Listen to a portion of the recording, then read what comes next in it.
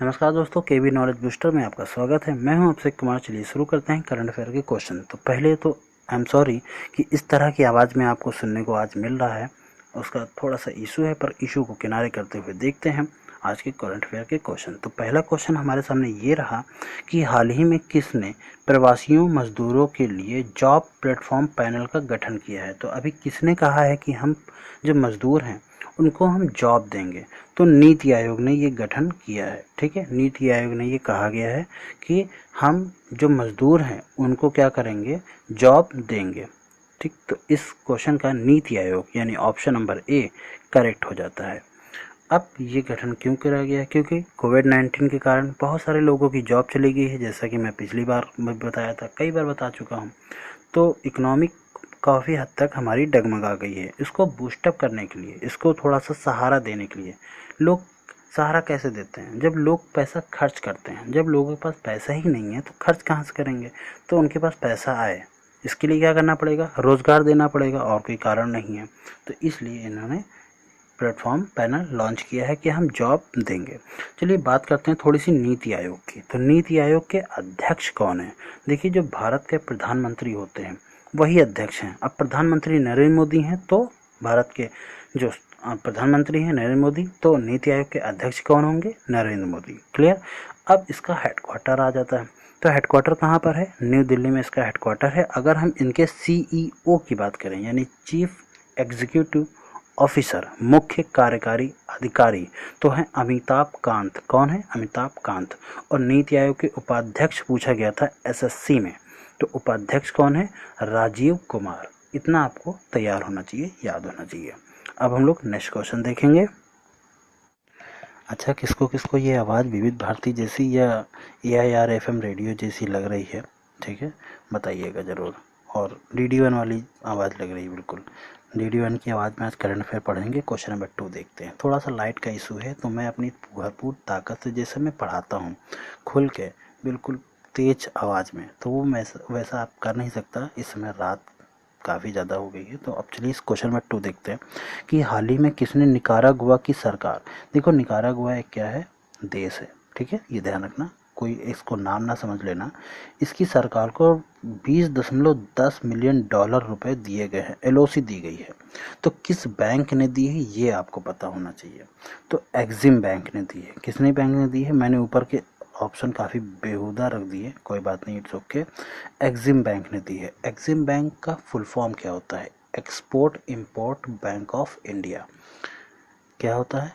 Export import bank of India, ये होता है इसका फुल फॉर्म। अच्छा, अब अगर एक्सिम बैंक की बात करें तो एक्सिम बैंक के प्रबंध निदेशक कौन है? डेविड रस्किन्हा। कौन है? डेविड रस्किन्हा। और निकारागुआ की बात कर लेते जरा। अच्छा, निकारागुआ को जो 20.10 मिलियन डॉलर मिला है, किस लिए मिला है? ताकि आप अस्पताल खोल सकें। अस्पताल खोल सके किनके लिए? उन एल्डो चावलिया बच्चों के लिए या लोगों के लिए जो वहाँ फंसे हुए कोविड-19 से दिक्कत में आए हैं, उनके लिए अस्पताल खोल सकें। ठीक है। और एक और चीज़, जो LOC है, LOC का मतलब क्या है? लाइन ऑफ कंट्रोल नहीं, वो कारगिल वाला नहीं है। लाइन ऑफ कंट्रोल नहीं है, लाइन ऑफ क्रेडिट है। क्या है? लाइन ऑफ क्रेडिट, ये ध्यान रखिएगा। अच्छा, निकारागुआ की बात कर लेते हैं। तो निकारागुआ की राजधानी क्या है? मनागुआ। क्या? मानागुआ। मानागुआ। अगर मुद्रा की बात करें तो कोडोबा चलती है। क्या? कोडोबा। कोर्डोबा, आधी रा भी है डा के ऊपर, ये ध्यान रखना। कोरडोबा। ठीक है, कोर्डोबा यहाँ पर मुद्रा चलती है। उसको पूरा बोलते हैं, जैसे यहाँ पर रुपया चलती है तो हम लोग इंडियन रुपी बोल देते हैं, वैसे निकारागुआ कोर्डोबा ये बोला जाता है। फिर अगर सिर्फ करेंसी की बात करें तो कोर्डोबा आप बोल सकते हैं। क्लियर। तो इस क्वेश्चन से इतनी जानकारी मिलती है। नेक्स्ट क्वेश्चन पे चलेंगे हम लोग। ऑलराइट, तो क्वेश्चन नंबर 3 पर आ गए हम लोग कि international day of the celebration of the socialist, यानी कि संक्रांति के जश्न का अंतर्राष्ट्रीय दिवस कब मनाया जाता है? देखिए, वो मनाया जाता है 21 जून को। कब मनाया जाता है? 21 जून को ये मनाया जाता है। अगर आप किसी से पूछेंगे कि 21 जून को क्या मनाया जाता है, तो सब yoga day yoga day yoga day कहेंगे। देखिए योग दिवस नहीं आएगा क्योंकि कोई भी एग्जामिनर कोई भी एग्जाम हो वो अपना एक क्वेश्चन और एक नंबर बर्बाद नहीं करेगा ऐसी चीज़ पूछ करके जो बच्चों को पता हो। हाँ, अगर योग दिवस पर आपको कुछ पता होना चाहिए तो वो थीम पता होनी चाहिए। जैसे इस बार जब योग दिवस मनाया गया तो इसकी थीम क्या रही थी, मैं इंग्लिश और हिंदी दोनों में बताता हूँ आपको। स्वास्थ्य के लिए योग, घर पर योग। ठीक है, स्वास्थ्य के लिए योग, घर पर योग, ये इसकी थीम रही थी। यानी इंग्लिश में इसकी थीम रही थी yoga, sorry, yoga for health, yoga at home. क्या, yoga for health, yoga at home, ये इसकी थीम रही थी। तो अगर थीम आप याद रखेंगे तो बेटर होगा, ना करके आप डे याद रखें। ठीक है, अब यह आ गया है international day of celebration of the socialist, यानी संक्रांति के लिए जश्न का अंतर्राष्ट्रीय दिवस। कब मनाया जाता है? ये 21 जून को मनाया जाता है। अच्छा, इसको मनाता कौन है? तो संयुक्त राष्ट्र मनाता है। कौन मनाता है इसको? संयुक्त राष्ट्र। अब फिर संयुक्त राष्ट्र आ जाता है तो संयुक्त राष्ट्र के महासचिव कौन है? Antonio Guterres. कौन है? एंटोनियो गुटेरस यहाँ के महासचिव हैं। इतना आपको पता होना चाहिए। अच्छा, ये होता क्या है, सेलिब्रेशन क्यों मनाते हैं, इसके बारे में बता देते हैं। कई धर्मों की जनजाति संक्रांति जो संस्कृति होती है, उनकी संस्कृति को बचाने के लिए, उनको महत्व बताने के लिए, उनको बढ़ावा देने के लिए, उनके प्रति जागरूकता फैलाने के लिए ये मनाया जाता है। चलिए, काफ़ी जानकारी दे दी। अब क्वेश्चन नंबर नेक्स्ट पर चलेंगे। चलिए क्वेश्चन नंबर 4 पर चलते हैं। और क्वेश्चन नंबर 4 हमारा क्या कहता है कि वर्ल्ड म्यूजिक डे। देखिए, दो क्वेश्चन को मैंने एक साथ लिख दिया है। कारण क्या है, ये दोनों क्वेश्चन के आंसर एक ही थे और मुझे क्वेश्चन की संख्या नहीं बढ़ानी थी। कम क्वेश्चन ज़्यादा पैटर्न। ठीक है, तो वर्ल्ड म्यूजिक डे की बात करें या वर्ल्ड हाइड्रोग्राफी डे की बात करें, ये कब मनाया जाता है? ये दोनों ही 21 जून को मनाए जाते हैं। कब मनाए जाते हैं? 21 जून को। इम्पॉर्टेंट आपका हाइड्रोग्राफी रहेगा। चलिए मैं बताता हूँ कि पहले हाइड्रोग्राफी के बारे में। तो ये हर साल कब मनाया जाता है? 21 जून को मनाया जाता है। उसको मनाता कौन है? इंटरनेशनल हाइड्रोग्राफी ऑर्गेनाइजेशन, यानी IHO बनाता है। कौन बनाता है? IHO इसको मनाता है। और इसका मतलब क्या होता है मनाने का? कि हाइड्रोग्राफी का प्रचार करना, उसके बारे में लोगों को बताना, ये इसका मेन उद्देश्य होता है। इसके महत्व को प्रचारित करना, ये इसका मेन उद्देश्य होता है। अब IHO के बारे में थोड़ी सी जानकारी लेना आवश्यक है। यानी कि जो हाइड्रोग्राफी संगठन है, इसका हेडक्वार्टर कहाँ पर है? तो हेडक्वार्टर कहाँ पर है? मोनाको में। कहाँ पर है? मोनाको में। अच्छा, इसको बनाया कब गया था? सबसे पहले तो 1921 में इसकी स्टेबलाइजेशन हुई थी। ठीक है, और इसका जो संगठन के अध्यक्ष हैं वो कौन है? Shepherd M Smith. कौन है? Shepherd M Smith. और महासचिव कौन है? ये भी पता होना चाहिए, माथियास जोनास। कौन है? Mathias Jonas. तो वर्ल्ड हाइड्रोग्राफी के बारे में इतनी जानकारी आपको पता होनी चाहिए। अब म्यूजिक डे कब मनाया जाता है? 21 जून को। इसका मतलब क्या है? इसका मतलब मेन उद्देश्य क्या है कि म्यूजिक के प्रति लोगों को अवेयरनेस फैलाना। बस, इससे ज़्यादा आपको कुछ भी नहीं याद रखना है। क्लियर? अब नेक्स्ट क्वेश्चन पर चलेंगे हम लोग। ऑलराइट, तो क्वेश्चन नंबर 5 पर आ गए हम लोग। क्वेश्चन नंबर 5 क्या कहता है कि RBI ने PMC के ग्राहकों के लिए निकासी सीमा शुल्क कितने रुपए बढ़ा दी है? तो PMC के निकासी सीमा शुल्क कितनी बढ़ा दी है? 1,00,000 रुपए कर दिए। कितनी कर दी है? 1,00,000 रुपए। पहले ये 50,000 रुपये हुआ करती थी, अब 1,00,000 रुपए कर दी है। अच्छा, ये PMC क्या है? PMC मतलब है पंजाब एंड महाराष्ट्र कॉरपोरेशन। क्या? Punjab and Maharashtra corporation bank limited. तो इसकी सीमा शुल्क मतलब इनके जो जमा करता है उनकी सीमा शुल्क कितनी हो गई है? अब निकाल सकते हैं वो 1,00,000 रुपए तक निकाल सकते हैं। एक यहाँ पर टर्म्स आया है RBI का। RBI के बारे में बताते हैं हम लोग जरा। तो RBI के गवर्नर कौन है? काफ़ी लोग जानते होंगे, शक्तिकांत दास। आप नहीं जानते होंगे अगर तो कोई बात नहीं, पर शक्तिकांत दास गवर्नर हैं। क्वेश्चन ये इंपॉर्टेंट नहीं है कि कौन गवर्नर है, क्वेश्चन ये है कि ये कौन से नंबर के गवर्नर हैं। तो ये 25वें नंबर के गवर्नर हैं।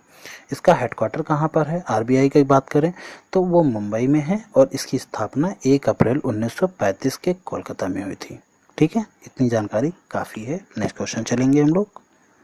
ऑलराइट, तो क्वेश्चन नंबर 6 पर आ गए हम लोग। और क्वेश्चन नंबर 6 क्या है, भारत ने वर्चुअल ईएजी बैठक में हिस्सा लिया है, या कौन सी बैठक है। क्वेश्चन इसी तरह से पुट किया जाता है, कौन सी बैठक है, किस नंबर के गवर्नर हैं, क्वेश्चन इसी तरीके से आता है अब, ठीक है, ट्रिकी। तो 32वीं बैठक हुई है, ये कौन सी बैठक हुई है, 32वीं। आपका आंसर यहीं समाप्त हो जाता है और ये क्वेश्चन भी समाप्त हो जाता है, इससे ज़्यादा कुछ पूछा नहीं जाएगा। पहली बात इंपॉर्टेंट नहीं बनता है, फिर पूछा भी नहीं जाएगा ज़्यादातर, पर इसके चांसेस थोड़े से थे इसलिए मैं ले आया। अब ईएजी के बारे में अगर थोड़ा सा पता हो तो अच्छी बात है, हालांकि कोई दिक्कत नहीं है अगर नहीं भी पता होगी तो मैं बता देता हूँ। यूरेशियन क्या है, Eurasian group of combating money laundering and financing of terrorism, ये इसका फुल फॉर्म है, मैंने लिख दिया है, आप प्लीज़ इसको पढ़ लीजिएगा। क्लियर। नेक्स्ट क्वेश्चन नंबर 7 देखेंगे कि डिकार्बोनेसिंग ट्रांसपोर्ट इन इंडिया परियोजना किसने लागू करने का निर्णय ले लिया है। तो केंद्र सरकार नहीं करती है ऐसी कोई योजना। ओके, सड़क परिवहन और राजमार्ग मंत्रालय किनके हाथ में है, नितिन गडकरी। किनके हाथ में है, नितिन गडकरी के हाथ में है। तो इन्होंने भी नहीं किया है। रेलवा नहीं है, रेलवे है, तो रेलवे मंत्रालय किसके हाथ में है, पीयूष गोयल, इन्होंने भी नहीं किया है। नीति आयोग इसका करेक्ट आंसर हो जाएगा। क्या, नीति आयोग ने ये कहा है कि हम डिकार्बोनेसिंग ट्रांसपोर्ट इन इंडिया करेंगे, ठीक है, यानी अंतर्राष्ट्रीय परिवहन forum, international transport forum, ITF इसके जरिए करेंगे। देखिए ITF के बारे में बता देता हूँ थोड़ा सा कि 2008 में इसकी स्थापना हुई थी, ठीक है, 2008 में ये हुआ था। और इसके महासचिव कौन है, तो युवा ताय किम। कौन है, युवा ताय किम, क्योंकि ये इंटरनेशनल है इसलिए कोई भी देश का बन सकता है, फिलहाल ये चीन के हैं। तो युवा ताय किम ये कौन है। अब नीति आयोग के बारे में मैंने पिछले ही क्वेश्चन में बताया है अभी, तो अधिकारी आपको मैं बता देता हूँ फिर से, अमिताभ कांत, ठीक है।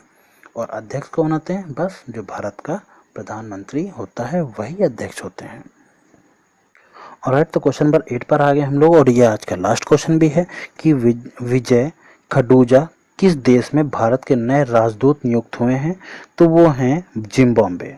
ऑप्शन नंबर सी इसका करेक्ट हो जाएगा कि जिम्बाब्वे के वो नए राजदूत नियुक्त हुए हैं। देखिए राजदूत के क्वेश्चंस आने की संभावना काफ़ी कम रहती है, तो जिन बच्चों का एग्ज़ाम अगर लगा है तो आप राजदूत वगैरह कम थोड़ा ध्यान दीजिए। हाँ, अगर वो जैसे एग्जाम्पल में यही देख लीजिए, राजदूत किसके हुए हैं, जिम्बाब्वे के, तो जिम्बाब्वे हमारे लिए स्टैटिक फैक्ट में बहुत इंपॉर्टेंट बन गया। अब इससे रिलेटेड क्वेश्चन पूछे जा सकते हैं, जैसे जिम्बाब्वे की राजधानी क्या है, तो हरारे है। कौन है राजधानी, क्या है राजधानी, हरारे। और अगर जिम्बाब्वे के राष्ट्रपति की बात करें तो इमर्सन मनांगग्वा। कौन है, इमर्सन मनांगग्वा इसके राष्ट्रपति हैं।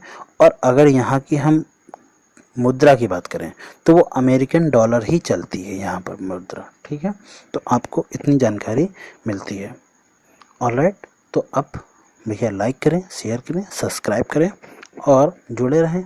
थैंक यू वेरी मच, जय हिंद। आप मुझे ट्विटर हैंडल पर फॉलो करना चाहते हैं तो अभिमन्यु 290893 ये मेरा ट्विटर हैंडल है, आप इस पर फॉलो कर सकते हैं। इंस्टाग्राम पर आप फॉलो कर सकते हैं मुझे, अभिमन्यु 2908 इंस्टाग्राम की आईडी है, आप यहाँ पर भी आ सकते हैं, तो काफ़ी सारी आपको जानकारी मिलेगी। अगर आप जीके करंट अफेयर पढ़ना चाहते हैं, वो भी फेसबुक पर कनेक्ट हैं, तो आप मेरा ग्रुप ज्वाइन कर सकते हैं। यहाँ पर डेली करंट अफेयर के 2-3 क्वेश्चन पूछे जाते हैं, डिस्कस करते हैं। अगर आपके पास कोई क्यूरी, किसी प्रकार का सवाल या डाउट होता है तो आप @KB_CA डाल करके आप सर्च करेंगे टेलीग्राम चैनल पर, तो आपको मेरा चैनल, मेरा ग्रुप मिल जाएगा, जिससे आप किसी भी प्रकार का कोई भी डाउट हमसे क्लियर कर सकते हैं। केवी नॉलेज बूस्टर आपके लिए हमेशा सदैव आभारी रहेगा। थैंक यू वेरी मच, जय हिंद।